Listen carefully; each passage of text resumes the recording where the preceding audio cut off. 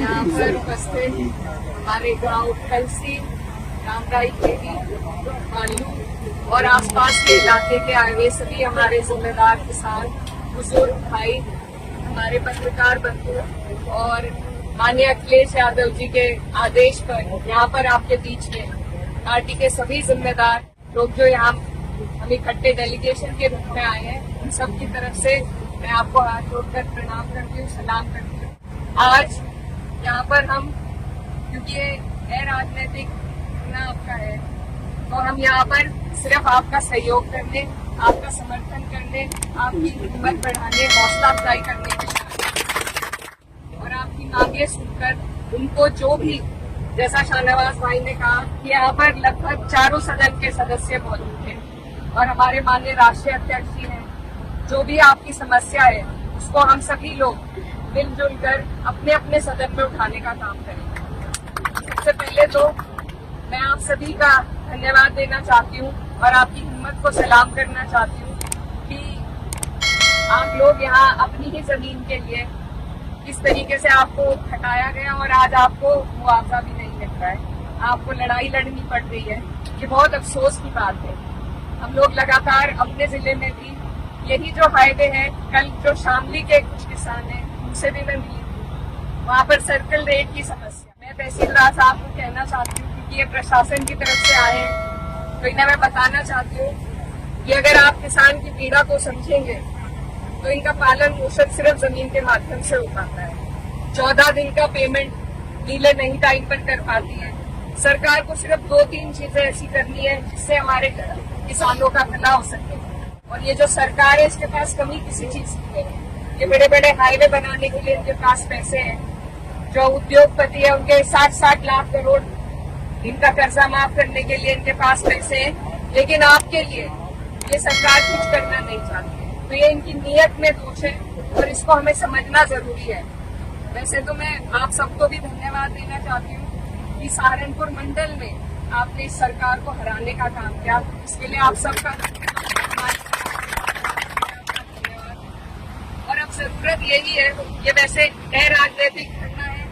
लेकिन राजनीति हर जगह आ जाती है, इसलिए राजनीति को समझना भी बेहद जरूरी है कि विचारधारा जो जिस पार्टी की है, ये जो हमारे ऊपर काबिज है पार्टी, ये कभी भी किसान हित की बात नहीं करती। हमेशा हमें आपस में उलझाकर इन्होंने सत्ता कब्जाई है। आज हमने इन्हें अपने मंडल से दूर किया है। अब यही कोशिश है कि जो कसर रह गई है उसे हमें आगे हटाना पड़ेगा, तभी हमारा और आपका भला हो पाएगा। तो मेरी आप सबसे भी ये मेरा अनुरोध है कि आप लोग इस धरने को, भारतीय किसान यूनियन का यहाँ पर जो सक्रिय ये धरना चल रहा है, हमारे जिले में बहुत सक्रिय है भारतीय किसान यूनियन, और आज मुझे बहुत खुशी हुई कि मेरे पिताजी शामली जिले में पहले ब्लॉक अध्यक्ष थे भारतीय किसान यूनियन के। तो हमारा सहयोग हमेशा आपके साथ है। हम सब किसान के घरों से आते हैं, आपकी पीड़ा को समझते हैं, और अगर किसान को, जैसा तहसीलदार बता रहे हैं कि आपको जमीन के बदले जमीन देने का जो इनका उपाय है, मुझे नहीं लगता ये लॉजिकल है, क्योंकि एक गांव के लोगों को जब आप दूसरे गांव में भेजेंगे, वहाँ पर कब्जा करने के लिए जमीन पर उन्हें अनुमति देंगे, तो लाजमी बात है कि वहाँ पर झगड़े होंगे। तो मुझे नहीं लगता कि कोई भी जमीन किसी भी ग्राम समाज की हो, चाहे रिक्त भी हो, उसे कोई छोड़ने का काम करेगा। तो ये हम सब यहाँ पर मौजूद हैं। तो मैं इस सभा के माध्यम से आपको ये कहना चाहती हूँ, धरने के माध्यम से, कि ये उपाय बिल्कुल इलॉजिकल है, अनुचित है, और इसका कोई फायदा हमारे लोगों को, हमारे किसानों को नहीं होगा। तो इसीलिए आपसे मेरी ये गुजारिश है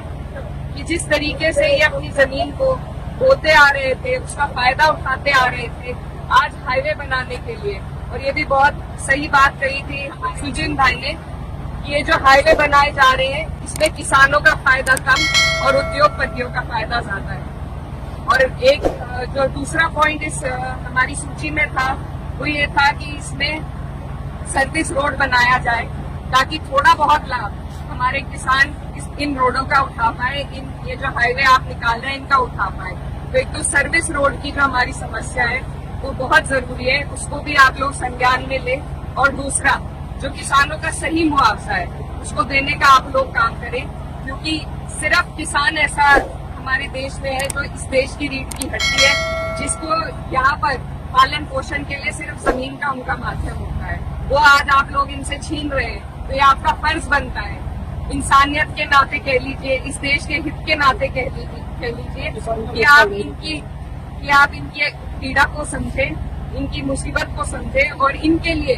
अपनी रिपोर्ट में इनका पक्ष रखकर आप अपने अधिकारियों से इनके लिए बात करें। और आप सबके बीच में, क्योंकि मैं खुद एक किसान की बेटी हूँ और यहाँ पर सभी लोग किसान परिवार से आते हैं, तो मैं आपको आश्वासन देना चाहती हूँ कि आपकी ये जो समस्या है, इसको हम संसद में, लोकसभा में भी, राज्यसभा में भी, विधानसभा में भी, विधान परिषद में, हर जगह उठाने का काम करेंगे और आपकी लड़ाई में आप अकेले नहीं हैं। हमारी पार्टी, हमारे माननीय राष्ट्रीय अध्यक्ष जी और आपके जिले के जितने भी जिम्मेदार लोग यहाँ पर मौजूद हैं, वो तन मन धन से आपके साथ हैं। जितना लंबा आप ये धरना चलाना चाहेंगे, जितनी आपको हमारी इसमें उपलब्धि चाहिए, कि हम सब आपके लिए तैयार हैं और आपकी इस पीड़ा में आपके साथ हैं। आपकी आवाज उठाने का काम, मैंने पहले भी कहा है कि जब जब संसद में कैराना का नाम उठे, तो मैं चाहती हूँ कि साथ साथ किसानों की समस्या का भी वहाँ पर मुद्दा उठे। तो इसके लिए आपने मुझे चुना है और मैं यकीन दिलाना चाहती हूँ कि आपकी इस समस्या को हम जरूर उठाने का काम करेंगे।